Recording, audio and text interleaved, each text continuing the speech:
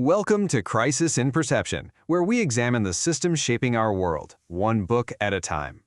And this particular novel, wow, it really helps us understand this emerging system of delegated care, where something as personal as emotional connection gets treated like a programmable function.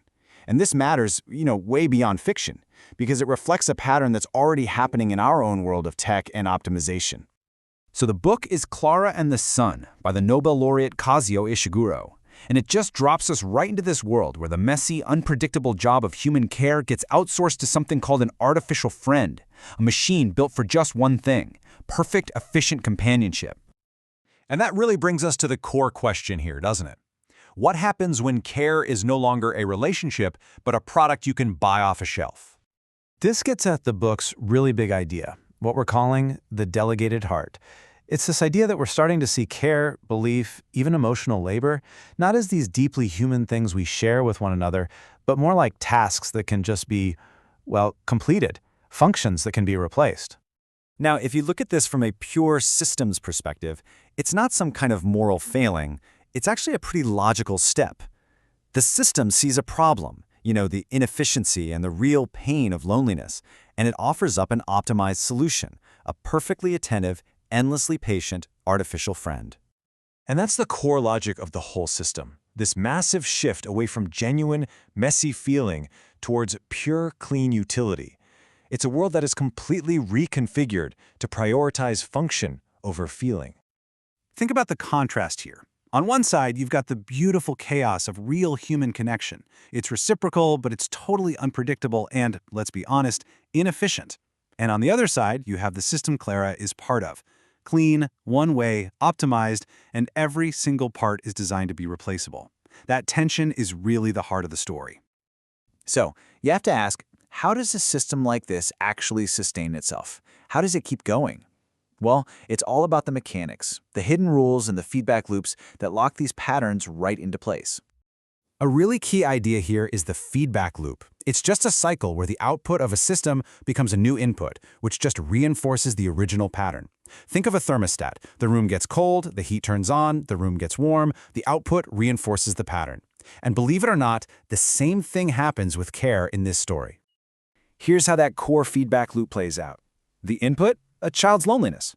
The process, the artificial friend Klara, she just observes and learns, constantly. And the output is this kind of perfected, totally frictionless companionship. And here's the kicker.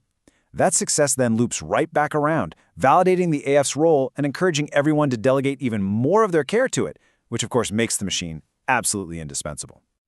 To really get our heads around Klara's role in all this, we need one clear metaphor.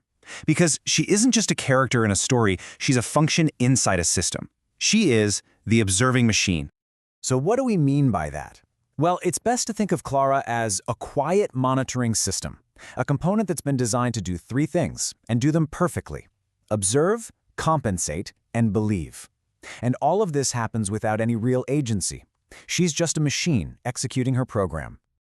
There's this chilling moment when Josie's mother asks Klara to do this, and you realize this isn't some cute party trick. This is a data check.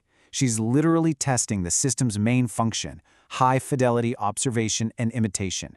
She's testing Klara's ability to acquire and reproduce the data points that make up her daughter. And then, with this line, the system's ultimate, terrifying goal is just laid completely bare.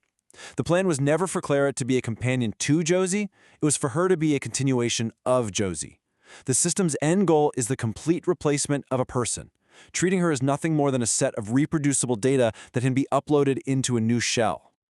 So, looking at the story this way, through this system's perspective, it helps us see past the emotional drama to the underlying structure. It shows us a world where the very idea of a unique, irreplaceable person is being challenged by the cold logic of data and replication. And it leaves us with a really critical question for our own time: when care becomes just another programmable function, what exactly is left of the human heart? This project is free and publicly accessible. If you'd like to support the time, tools, and research behind Crisis in Perception, you can become a supporter on Patreon.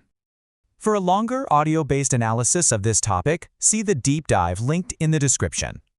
If you enjoy this kind of systems-level analysis, please like, subscribe, and comment with books or topics you'd like us to explore next.